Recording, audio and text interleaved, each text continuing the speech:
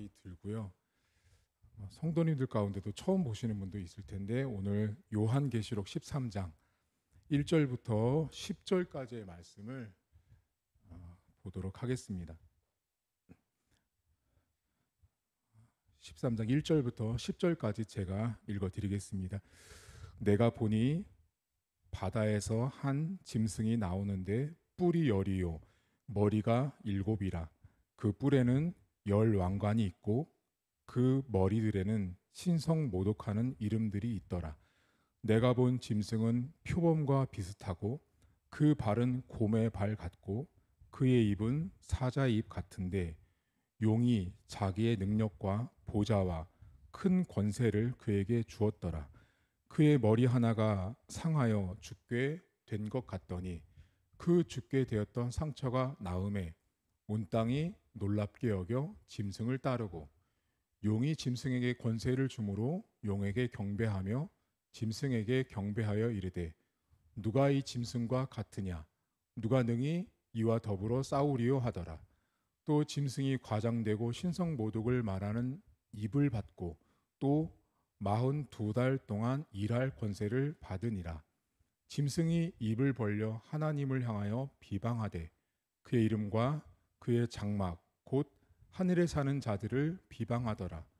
또 권세를 받아 성도들과 싸워 이기게 되고 각 족속과 백성과 방언과 나라를 다스리는 권세를 받으니 죽임을 당한 어린 양의 생명책에 창세 이후로 이름이 기록되지 못하고 이 땅에 사는 자들은 다 그 짐승에게 경배하니라.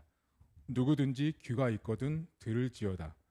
사로잡힐 자는 사로잡혀 갈 것이요 칼에 죽을 자는 마땅히 칼에 죽을 것이니 성도들의 인내와 믿음이 여기 있느니라. 아멘. 로마라는 나라는 기독교인이 살기에는 적합한 나라가 아니었습니다. 로마라는 나라에서 예수님을 믿는다는 것은 죽음을 각오해야 했습니다. 특히 여러분들이 잘 아는 황제 중에 네로 황제가 있습니다. 네로 황제와 더불어서 여러분들이 오늘 기억하고 배웠으면 하는 황제가 도미티안이라는 황제가 있어요. 두 황제를 제가 지금 말했는데 첫째는 네로, 두 번째는 도미티안. 로마에 많은 황제가 있었는데 이 두 왕, 네로와 도미티안 이 황제가 인류 역사에 있어서 가장 기독교인을 핍박했던 황제들이었어요. 얼마나 많이 핍박을 했냐면 이 시대에 예수를 믿다가 잡히면 처형을 어떻게 받았냐면 사람은 존귀하잖아요. 밤에 사람을 잡아서 큰 장대에 매달아요. 우리나라로 치면 전봇대 같은 거 있죠. 거기에 사람을 매달고 거기에 기름을 붓고 불을 지펴요. 그리고 밤새도록 그 사람이 타 죽을 동안 이제 등처럼 쓰는 거예요.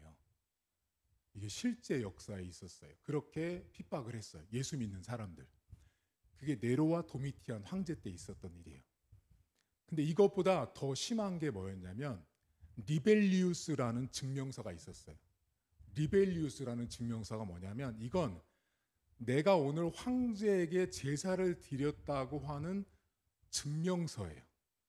여러분 요즘에 우리가 코로나 생기면서 어디 해외를 가든 어디 갈 때 코로나 이게 확인 몇 차까지 접수증 이렇게 받았잖아요. 그것처럼 리벨리우스라고 하는 증명서가 있었어요. 그 증명서에는 내가 오늘 그러니까 매일같이 황제에게 절을 하고 제사를 드리고 숭배해야 되는데 그날 제사를 드렸다고 하는 증명서를 반드시 받아야 됐어요. 그러니까 절을 하고 숭배하지 않으면 리벨리우스 증서를 받을 수가 없었어요. 근데 그 리벨리우스 증명서가 왜 무섭냐면 그 리벨리우스 증명서 안에는 뭐가 기록되어 있냐면 그 사람의 인상착의가 기록되어 있어요. 키는 몇 센치 대략, 눈동자는 얼마 어떻고 그 사람의 뭐 이렇게 머리 색깔은 어떻다. 이런 특징을 적어놓고 그 옆에다가 누구누구 동네, 지금으로 치면 예를 들면 뭐 영등포구 신길동 도로변 몇째 집, 두 번째 집, 2층 집 아들 이렇게까지 적었어요. 그러니 리벨리우스 증서가 없으면 바로 잡혀가서 방금 말했던 처형을 받았어요. 뭐 얘기할 것도 없었어요. 그러니까 이 당시 리벨리우스 증서는 여러분들이 우리가 지금 갖고 다니는 주민등록증보다도 더 없으면 안 되는 증서였던 거예요. 그러다 보니 자, 여러분에게 지금 오늘 리벨리우스 증서를 받으셨습니까? 제가 만약에 물었어요. 그럼 어떻게 됐냐면 그 당시 기독교인들이 여러분들 어떤 선택을 하겠어요? 끝까지 예수님 믿겠다고 리벨리우스 증서를 안 받을 것 같아요? 아니에요. 그 당시 많은 기독교인들이 리벨리우스 증서를 받기 위해서 황제에게 절을 했어요. 그 사람들 비난할 수 없어요. 그게 그 시대였어요. 그 시대에 신앙인으로 산다라는 건 죽음을 각오해야 되는 상황이었어요. 일례로 여러분들이 아마 들어보셨을 법한 이름이 폴리갑이라는 사람이 있었어요. 혹시 들어봤어요? 폴리갑이라는 사람이 있었어요. 이 폴리갑이라는 사람이 86년을 살았거든요. 근데 이 사람이 예수 믿고 예수님 복음 전하다가 잡혔는데 로마에서 뭐라고 말했냐면 너 여기서 예수님을 부정하고 모독하면 살려주겠다고 말했더니 그 폴리갑이라는 사람이 처형대 앞에서 했던 아주 유명한 말이 있어요. 뭐라고 말을 했냐면 86년 동안 주님이 나를 한 번도 배신한 적이 없고 나에게 함부로 한 적이 없는데 내가 지금 이 죽음 앞에서 주님을 배신할 수 없습니다라고 말했던 사람이 폴리갑이에요. 아주 유명한 사람이에요. 그래서 신학교에 가면 그 초대교회사를 배울 때 그 폴리갑이라는 사람만 따로 배울 정도로 아주 유명한 분이에요. 그 정도로 로마 시대 때는 예수를 믿고 교회를 다니는 것이 죽음과 내 생명과 맞바꿔야 되는 그런 상황이었어요. 여러분들이 오늘 읽은 요한계시록은 누가 가장 많이 들고 다니면서 이렇게 우리를 힘들게 해요? 이단들이. 여러분들한테 와서 이렇게 요한계시록 딱 가져와서 말하면 여러분들 어때요? 덜컥 겁부터 나죠. 요한계시록은 무서운 책이라고 생각해요. 오늘도 여러분 성경 맞으면 막 생긴 것도 이상하게 생긴 짐승들이 막 나오니까 우리가 생각할 때는 무서운 성경책으로 아는데 목사님이 신학교에서 배울 때 요한계시록을 배울 때는 절대 무서운 성경책이 아니에요. 오늘부터 여러분 생각을 바꾸셔야 돼요. 요한계시록은 무서운 책이 아니고 위로의 책이에요. 위로하는 책이에요. 위로하는 책. 다시 요한계시록은 무서운 책이 아니고 위로하는 책이에요. 자, 그러면 어떻게 요한계시록이 위로하는 책인지를 볼 텐데 여러분 들어올 때 이거 받았죠? 이걸 열어봐야 되는데 자, 여러분들 어디를 보냐면 자 넘기다 보면 거기 초막절 다음에 빨간색으로 다음 세대 로비캠프 설교 성구가 있어요. 여러분 설교 성구라고 제가 만들어 드린 게 있어요. 여러분에게. 자, 그 성구 그 다음 장을 넘겨보면 지도가 나오죠. 보이세요? 자, 지도에 보면 거기 반모섬이라는 섬이 보일 거예요. 그리고 요한계시록 1장, 2장, 3장을 쭉 보면 초대교회가 나오거든요. 초대교회. 그 옆에 여러분 그 글씨가 좀 흐려서 잘 안 보이긴 하지만 그 7개 초대교회가 거기에 있었어요. 그 초대교회에서 떨어진 곳이 어디냐면 저기 있는 반모섬이라는 곳이에요. 아주 작은 곳이에요. 반모섬. 먼 곳이에요. 그 반모섬에 예수를 전하다가 유배를 간 사람이 누구냐면 사도 요한이라는 사람. 요한이 이 반모섬에 유배를 가게 돼요. 자, 그러니까 지금 여러분이 두 사람을 기억해야 돼요. 86년 동안 하나님이 나를 한 번도 배신한 적이 없는데 나는 지금 이 상황에서 배신할 수 없다라고 말한 폴리갑 한 사람. 두 번째, 반모섬에 유배되어 가 있는 누구요? 사도 요한. 그 요한을 기억한. 자, 그러면 그 요한이 이 반모섬에서 환상을 보게 돼요. 그 환상을 기록한 성경책이 바로 요한계시록이에요. 여기까지 잘 따라왔죠. 자, 그러면 그 지도 다음 장을 넘겨보세요. 다음 장을 넘겨보시면 이제 가로로 펴야 되는데 요한계시록은 여러분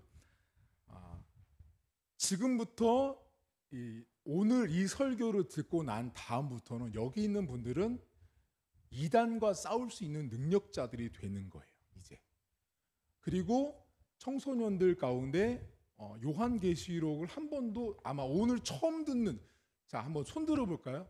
자기가 지금 요한계시록 13장을 처음 설교 듣는 분 손 들어보세요.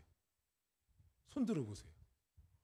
네, 많아요. 청소년들 가운데는 있어요. 자, 그러면 요한계시록은 위로하는 성경책이지만 한마디로 정의하면 거기 써 있죠. 제가 흉내를 내는 거예요. 흉내를 내는데 밑에 보면 사탄이 있고요. 그 보조자가 있어요. 사탄의 모형으로 등장하는 게 용이에요. 용.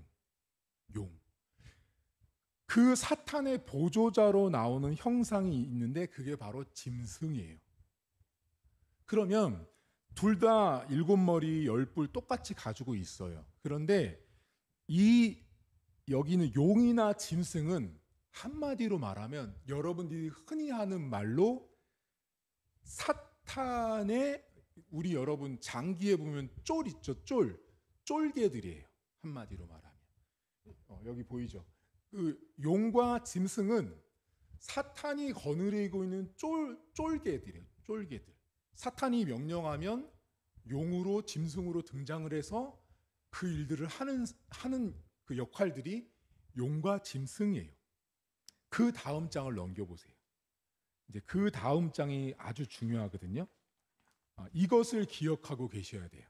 여러분들이 요한계시록을 읽을 때 위조된 삼위일체라는 개념을 알고 있어야 돼요. 성부, 성자, 성령 하나님이신데 여기 원형은 하나님 아버지, 성자 그리스도, 증인으로서의 성령 하나님을 말해요. 그런데 사탄이 이것을 똑같이 위조해요. 똑같이 복사하고 따라하고 흉내내요. 그것이 뭐냐면 아버지는 용으로, 성자 그리스도는 짐승으로, 성령은 거짓 선지자로 나와요. 아버지와 용은 창작하고 계획하는 일을 해요. 성자 그리스도와 짐승은 집행하는 역할을 해요. 성령과 거짓 선지자는 증거하고 선전을 해요. 자, 그러면 여러분 지금 여기 보면 원형 하나님 아버지를 똑같이 복사해서 따라하고 있는 존재가 누구냐면 사탄인데 그 사탄의 그 쫄개들이 용과 짐승으로 요한계시록에 등장하는데 용과 짐승이 하는 역할이 뭐냐면 용은 창작하고 계획하는 마치 하나님처럼 등장하는 거예요. 짐승은 집행하는 예수님처럼 등장해요. 세 번째, 거짓 선지자처럼 증거하고 선전하는 역할을 해요.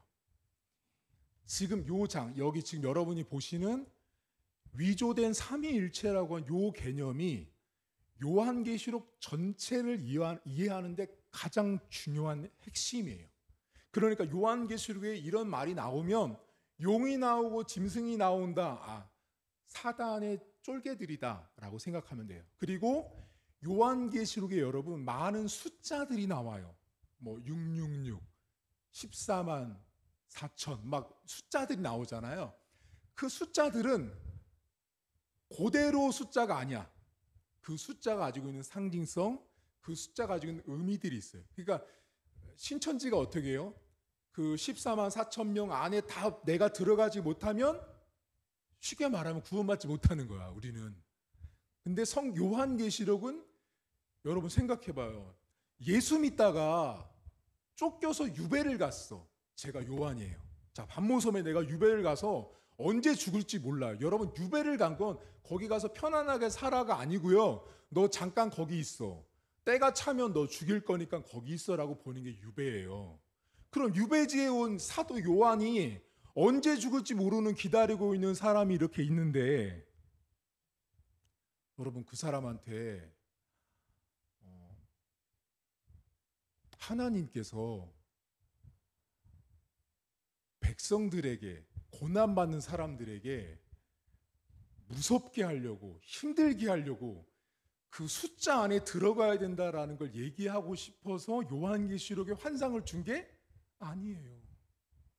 상식적으로 봐도 말이 안 맞는 거예요. 그게 신천지에서 말하는 개념 자체가. 내가 유배지에 와 있는데 하나님이, 야, 잘 들어, 이제 666이야, 이제 14만 4천이야 요한아. 아, 네, 주님 알았습니다. 그럼 어떻게 해야 돼요? 그 14만 4천 안에 사람이 다 들어와야 된다? 그런 게 어디 있어요? 그럼 저 같으면 이렇게 말했을 것 같아요. 주님한테, 주님, 지금 14만 4천이 중요한 게 아니고 더 많은 사람들이 예수를 믿어요. 주님, 저 사람들이 어떻게 될지 모르는데요? 그럼 어떻게 해요? 어떻게 구별하는데요? 어떻게 되는 건데요? 그냥 상식적으로만 봐도 그런 거예요. 그러니까 요한계시록에 나오는 숫자는 그 숫자를 통해서 말씀하고 있는 상징성들이 있다는 걸 알아야 돼요. 그러니까 이단들이 와서 당신 이 숫자 모르지? 그 숫자가 이 숫자야. 거기 반드시 들어가야 돼 하면 이단이에요.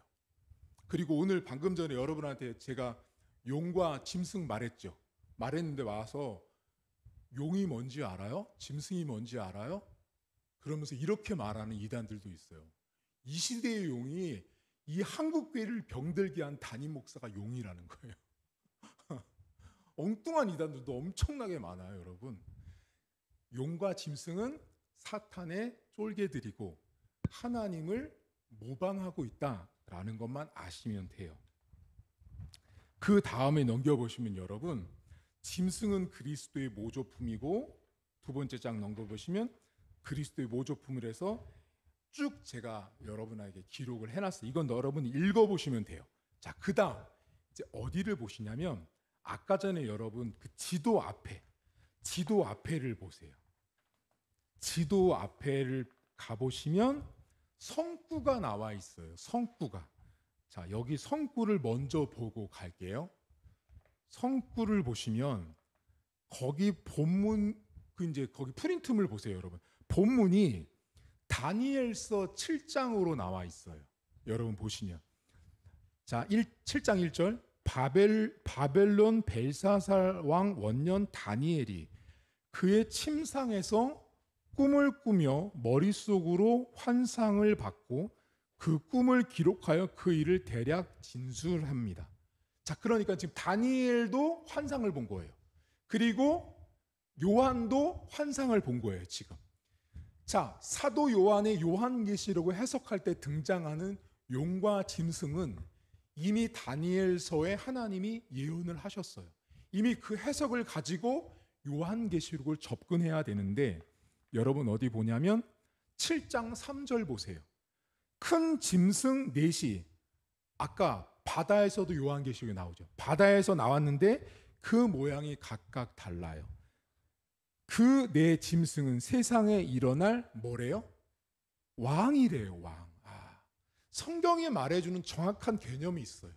그렇지. 다니엘서에서 하나님이 네 짐승은 나라, 왕이라고 이야기를 하고 있다라고 말해요.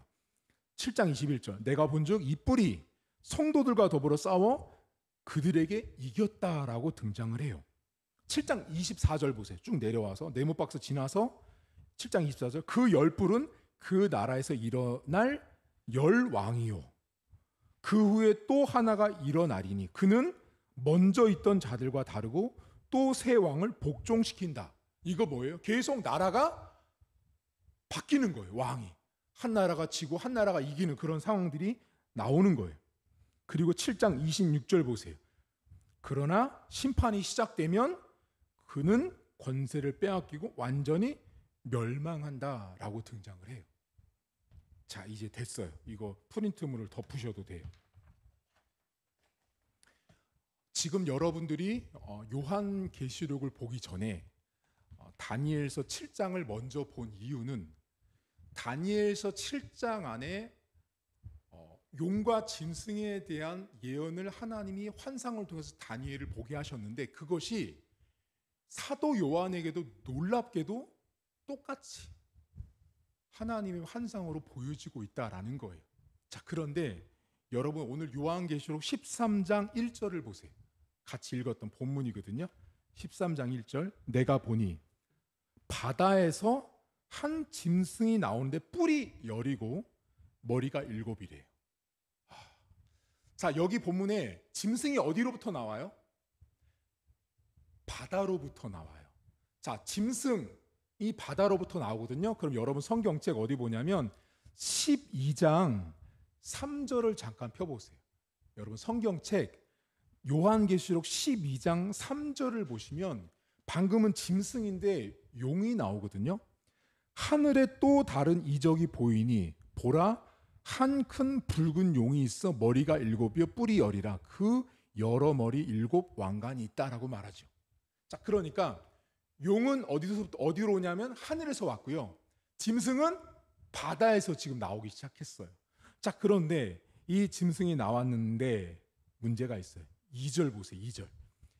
13장 2절. 내가 본 짐승은 표범과 비슷하고 그 발은 곰의 발 같고 그 입은 사자의 입 같은데, 용이 자기의 능력과 보좌와 큰 권세를 누구에게 주는 거예요? 짐승에게 주고 있는 거예요. 자, 용이 가지고 있는 권세를 짐승에게 주고 있는 이 모습은 하나님 아버지께서 예수님에게 주셨던 능력과 권세를 똑같이 흉내내고 있는 거예요. 지금 이 모습이. 자, 그러면 여러분들이 세상에 나가잖아요. 세상에서 가장 조심해야 되는, 그러니까 오늘 여러분에게 제가 요한계시록 13장을 나누는 이유가 뭐냐면, 청소년기 때, 여러분 시대 때 여러분들이 분별해야 되는 사탄의 모습이 뭔지를 알려주고 싶은 거예요.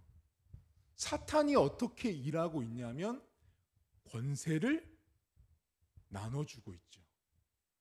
내가 엄청나게 큰 힘이 갖고 있다고 하면서 그 힘을 나눠주고 있는 모습이, 사단이 용이 짐승에게 권세를 줄 때의 모습과 너무 똑같아요.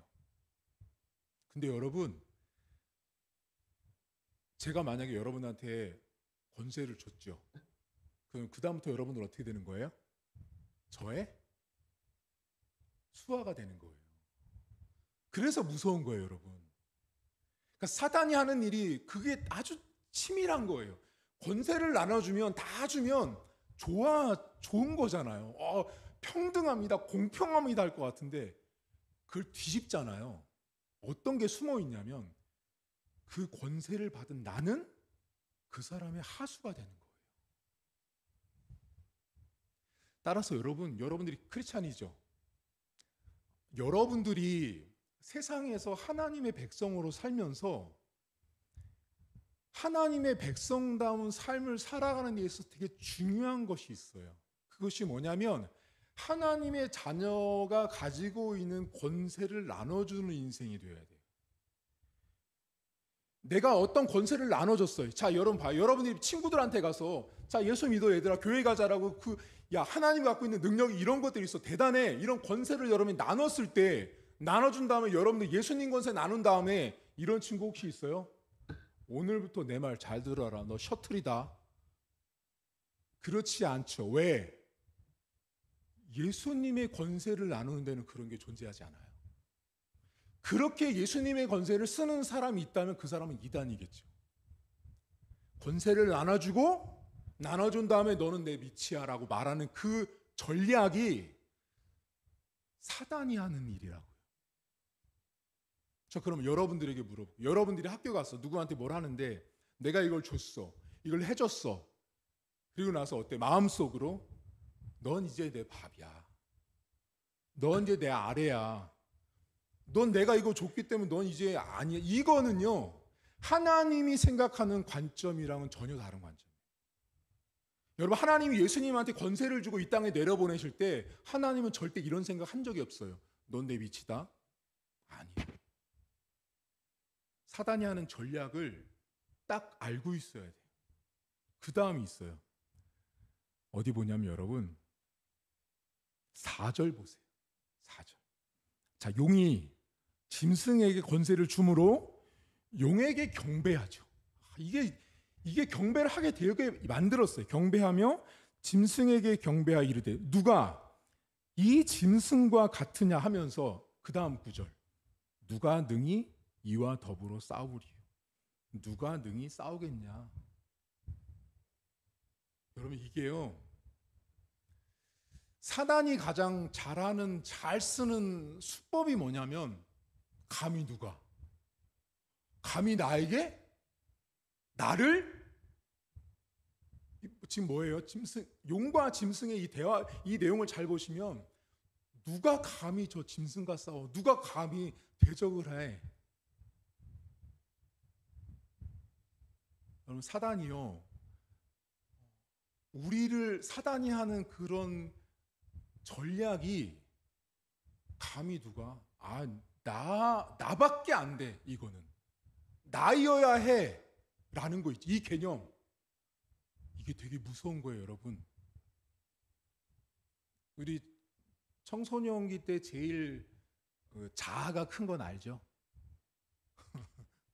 자아가 크고 생각도 크고 내가 생각하고 있는 게 맞다고 생각하는 시점이 여러분 시절인 거를 제가 알아요. 부모님이랑도 대화하고 친구랑도 대화하다가도 내가 맞다고 생각하는 게 딱 정해지는 나이가 바로 초등학교, 중학교, 고등학교 때예요. 지금 사단이 어떻게 해요? 누가 감히 내 말이 맞아, 내 판단이 맞아, 내 결정이 맞아 라고 생각하는 게 사단들이 쓰는 전략 중에 하나예요. 그 다음 세 번째, 이거 여러분들이 진짜 조심해야 되는데요. 5절 보세요. 또 짐승이 과장되고 신성모독을 말하는 입을 받고 또 42달 동안 일할 권세를 받아요. 여기 두 가지를 나눌 건데요. 짐승이 뭐예요? 과장되죠. 여러분 과장하다라는 말이 뭐냐면 여러분 혹시 학원 가운데 메가 스터디 이런 거 있죠. 그 있죠. 여기 이 과장하다라는 말이 메가스예요. 메가스 헬라어로 메가스라는 말이 쓰이거든요. 메가스라는 헬라어 뜻이 뭐냐면 거대하고 거창하고 크다란 뜻이에요. 그러니까 메가 그 학원이 우리는 엄청나게 큰 학원이다 그런 뜻이에요. 자, 여기 근데 뭐예요? 크다라고 말하는 개념 안에 뭐가 숨겨 있냐면 확대 포장하는 거예요. 여러분 혹시 요즘에 이렇잖아요. 과자 사면은 봉지는 엄청 큰데 빵 터트려 보면 그 안에 과자 요만큼밖에 안 들어요. 그게 뭐예요? 과대 포장이죠. 그 과대 포장이 메가스예요. 메가스. 자, 그러면 사단이 쓰는 전략 중에 하나가 오늘 여기 등장하는데 그게 뭐냐면 과장하는 거예요. 나는 분명히 요만한 사람인데 되게 이렇게 큰 사람으로 과장하는 거 있죠. 그게 사단이 하는 일이라는 거예요. 나는 예를 들면 내가 이 수학 문제, 영어 문제 이거 몰라. 근데 쟤한테 지기 싫어가지고 괜히 아는 척해. 그게 메가스예요. 모르면 몰라 라고 말하는 게 멋진 거예요. 지금 여러분 우리나라 많은 기독교인들 가운데 삶 속에 제일 문제가 뭔지 알아요? 여쭤볼게요. 자, 고급 외제차를 타면 그 사람도 고급 외제급이 되는 거예요? 아니죠. 그게 메가스예요. 과장하는 거예요. 자, 백화점에 가가지고 엄청나게 비싼 옷, 막 수천만 원짜리 코트를 입고 다니면 그 사람이 그런 값어치 사람이 돼요? 아니에요. 근데 지금 한국의 사람들이 메가스에 다 푹 빠져서 살아요. 근데 안타까운 건 뭐냐면 그 메가스라고 하는 과장된 것에 푹 빠져 사는 사람들 중에 10명 중 제가 볼 때 한 7, 80%는 교회를 다니는 사람이지 않을까라는 생각을 해요. 세상 사람들이 오히려 여러분 더 교회 다닌 사람보다 과장을 안 하는 사람들이 더 많아요. 근데 교회에 가면 이런 게 있어요. 목사님들 있잖아요. 미안해요. 여러분들 그래도 현실을 알 필요가 있으니까 알려주는 거예요. 목사님들이 딱 만났어. 거기 교회 몇 명이나 모여? 그랬어요. 그럼 몇 명이나 모여라고 말해야 돼요. 자, 우리 반에 오늘 우리 반 출석 제적이 평균 예를 들면 15명이야. 우리 반이 15명이야. 근데 거기 너희들 학교에 교장 선생님이 있어. 근데 그 학교 원래 이런 선생님은 없지만 15명이 반 클래스인데 그걸 메가스 하고 싶은 거지. 15명 이라고 말하면 되는데 우리 애들은 서울대, 연대, 고대 간 애들이 30명이나 돼. 그 반 애들이. 그거는 메가스 하는 거예요. 학원도 마찬가지잖아요, 여러분. 명문대학교 보내면 어때요? 한 명만 보내도 현수막을 내걸죠. 왜요? 그럼 메가스 하는 거예요. 우리 이렇게 거대한 학원이다. 그 한 명 보냈다라고 과장하는 거예요. 제가 청소년들 여러분들에게 한 가지 그냥 목사님으로 성경을 여러분보다 더 많이 본 사람으로 말해주고 싶은 게 뭐냐면 과장하면 과장할수록 하나님을 닮는 게 아니고 사단을 닮는 거예요. 그래서 항상 조심해야 돼요. 나의 모습은 이건데 자꾸만 커지려고 하고 누군가를 닮으려고 하고 쫓아가려고 하다 보면 결국 내 모습은 잊어버리게 되어 있어요, 여러분. 근데 여러분 여기 보면 이 사단이 어떻게 돼요? 42달 동안만 일할 권세를 받죠. 이게 여러분에게 축복인 줄 알아야 돼요. 이게 우리에게 축복이거든요. 자, 권세를 받긴 받았는데 42달이라니까 그럼 목사님 정확히 42달만 사단이 활동하고 끝나는 거예요? 아니죠. 아직 안 끝났죠. 어떻게 알아요? 여러분들 맨날 유혹에 넘어가잖아. 사단이 여러분을 맨날 공격하잖아요. 사단이 지금도 살아서 판치고 있잖아요. 지금도. 여기 42달이라는 것은 정말 42달이 아니고 이런 뜻이에요. 사단이 아무리 큰 권세를 받았을지라도 기간이 있다라는 거예요. 자, 그러면 뉴베지에서 지금 이 환상을 보고 있는 사도 요한에게 하나님이 뭐를 말해주고 싶을까요? 지금 요한아, 저 핍박받고 죽음 앞에 있는 신앙인들에게 이렇게 말해. 아무리 사단이 지금 활기를 쳐서 황제들이 너를 죽여도 42달이라고 하는 기간이 있다. 이 기간이 영원히 지속되지 않고 언젠가는 끝날 것이다 라는 것을 알려주고 있는 거예요. 자, 여러분 아까 전에 그 나눠드렸던 그 프린트물에 다니엘서를 보세요. 아까 그 성구 있죠, 성구. 그 성구에 다니엘서를 잠깐 다시 펴보세요. 그러면 여기에 놀라운 말씀이 담겨 있어요. 사실 목사님은 이 성경 구절을 신학교 때 배우다가 엄청 놀랬던 성경 본문이에요. 자, 요한계시록 여러분 방금 전에 보시면 자, 기간이 있다라고 이야기하고 요한계시록 방금 13장 7절을 보세요. 7절. 자, 다니엘서랑 지금 같이 보는 거예요. 13장 7절을 보면 요한계시록 13장 7절 또 권세를 받아 성도들과 싸워 이겨요. 맞죠? 자, 요한계시록에서는 성도들과 싸워요. 사단이. 근데 어떻게 해요? 이기죠. 이겨요. 자, 그러면 요한계시록보다 훨씬 먼저 기록됐던 다니엘서에 하나님이 어떻게 예언했는지 볼 텐데 다니엘서 7장 22절 보세요. 제가 네모나게 박스 쳐놓은 부분. 목사님이 예전에 공부할 때 여기를 보다가 엄청 놀랐어요. 옛적부터 항상 계신 이가 와서 지극히 높으신 이의 성도들을 위하여 원한을 풀어주셨고 때가 이름에 성도들이 나라를 얻었더라. 이겼다라는 거예요. 자, 지금 이게 어떤 의미냐면 여러분 현재 지금 핍박받고 있는 하나님의 백성들은 지고 있는 거예요. 지금 계속 황제들에 의해서 죽음을 당하고 지고 있는 상황인데 하나님은 이미 약속을 뭐로 했어? 여기 본문에 보면 그 성도들의 원한을 풀어주고 때가 되면 나라를 차지한다라고 이미 약속을 하신 거예요. 바꿔 말하면 이거예요. 지금은 지고 있지만 이미 얻은 나라를 갖고 싸우고 있는 사람들이 지금 크리스찬 신앙인들이었다라는 거예요. 자, 여러분에게 한번 여쭤볼게요. 여러분 지고 있는 것 같은 상황 느낄 때 있어요? 자, 청소년들에게 지고 있는 상황은 언제일 것 같아요? 많아요. 자, 공부 안 되고 성적 안 나오고 남들 가지고 있는 거 내가 못 가질 때. 그런 수많은 열등감들을 가질 때 내가 어떤 느낌을 받냐면 내가 지고 있다라고 생각을 한다라는 거예요.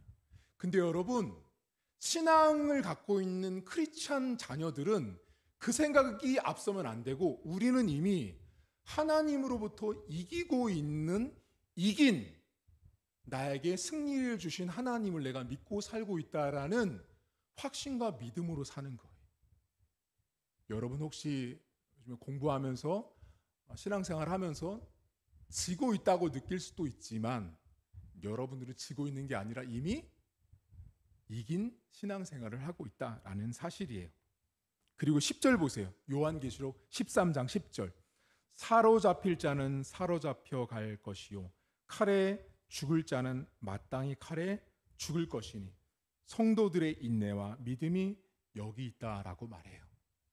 다시 말하면 요한계시록 13장은 우리에게 사단이 어떻게 일하는지를 알려줌과 동시에 사단이 그렇게 일하지만 때가 있다. 영원히 지속되는 게 아니니까 끝까지 믿음으로 인내하면 하나님이 이긴 싸움을 너희가 보는 날이 올 것이다 라고 유배지에 있는 요한에게 하나님께서 말씀을 해 주신 거예요. 목사님 이제 설교가 마쳤어요. 여러분과 제가 나누고 싶은 게 있어요. 그게 뭐냐면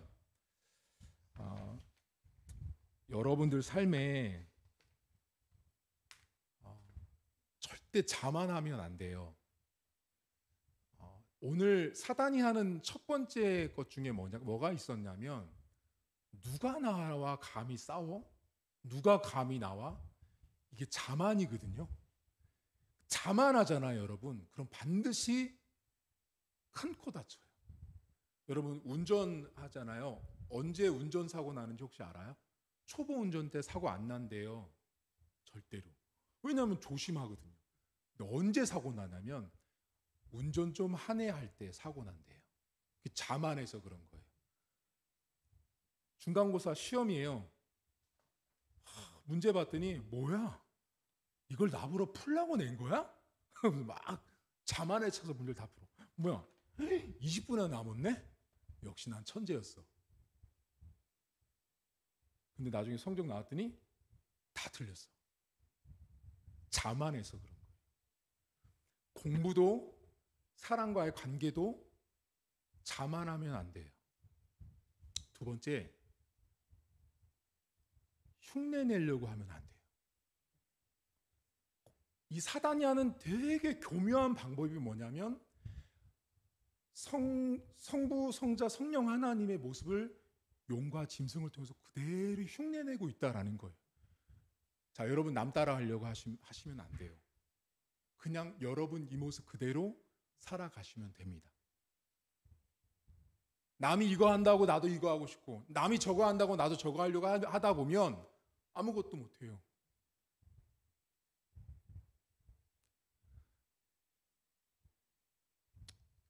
끝으로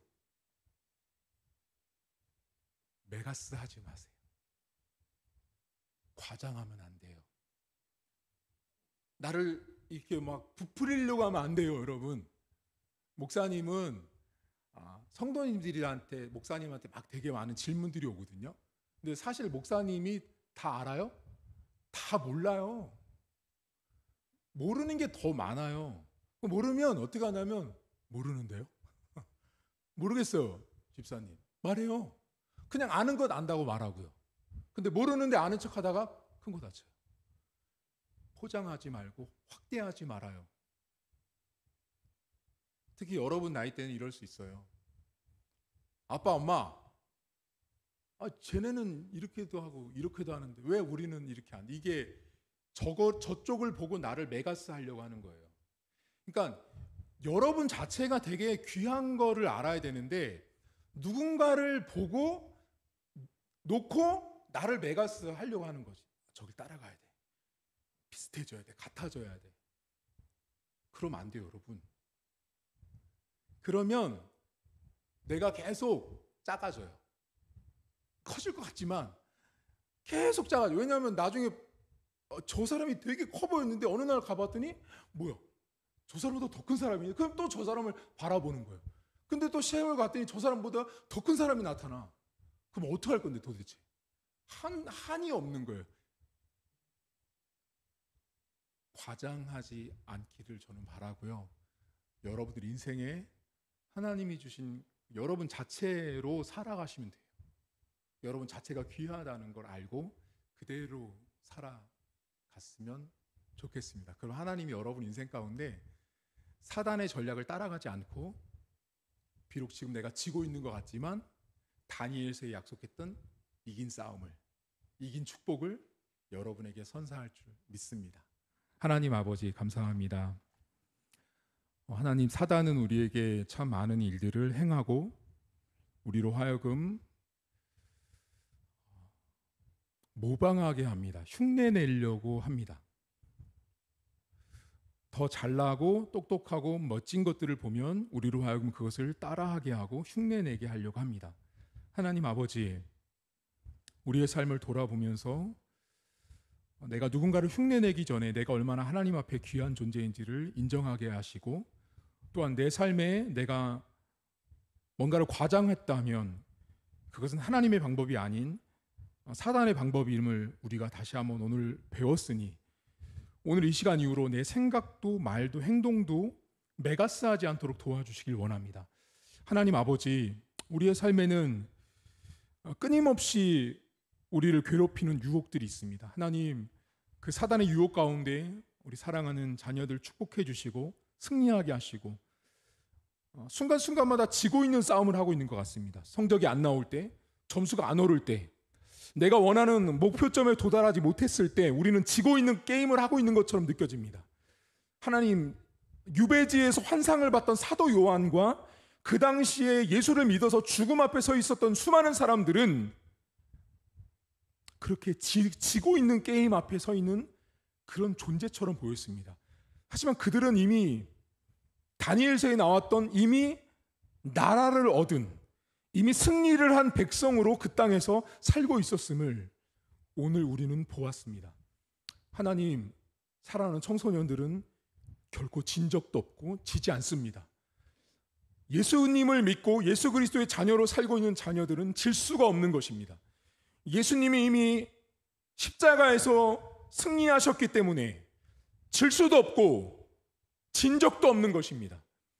우리가 졌다고 우리로 하여금 착각하게 만들고, 너는 패배자라고 말하고 있는 그 사단의 흉내내고 속임수 같은 그 음성에 우리가 속았을 뿐, 우리는 한 번도 진 적도 패한 적도 없는 것입니다. 왜냐하면 내가 믿는 주님은 한 번도 진 적이 없기 때문에 그렇습니다. 하나님, 사랑하는 우리 청소년들이 지고 있는 듯한 형국에 내가 처해 있을지라도 난 이미 하나님 나라를 상속받은 자로 이 땅에 살고 있음을 고백하며 학업과 가정과 신앙생활을 잘 감당하는 귀한 자녀들을 하나님 축복해 주옵소서. 이제는 우리 주님 예수 그리스도의 은혜와 하나님 아버지의 살아계심과 성령의 위로교통 충만하심의 역사가 오늘도 하나님 아버지 앞에 내가 존귀한 자임을 깨닫고 더 이상 누군가를 흉내내거나 따라하거나 모방하거나 과장하지 않고, 내가 비록 지금 지는 것 같은 형국에 놓여 있을지라도 나는 이미 이긴 싸움을 하고 있다라는 확신과 믿음을 가지고 살기로 다짐한 사랑하는 우리 청소년들, 자녀들 머리머리 위에, 우리 성도들 머리머리 위에 이제로부터 영원토록 함께 있을지어다. 아멘.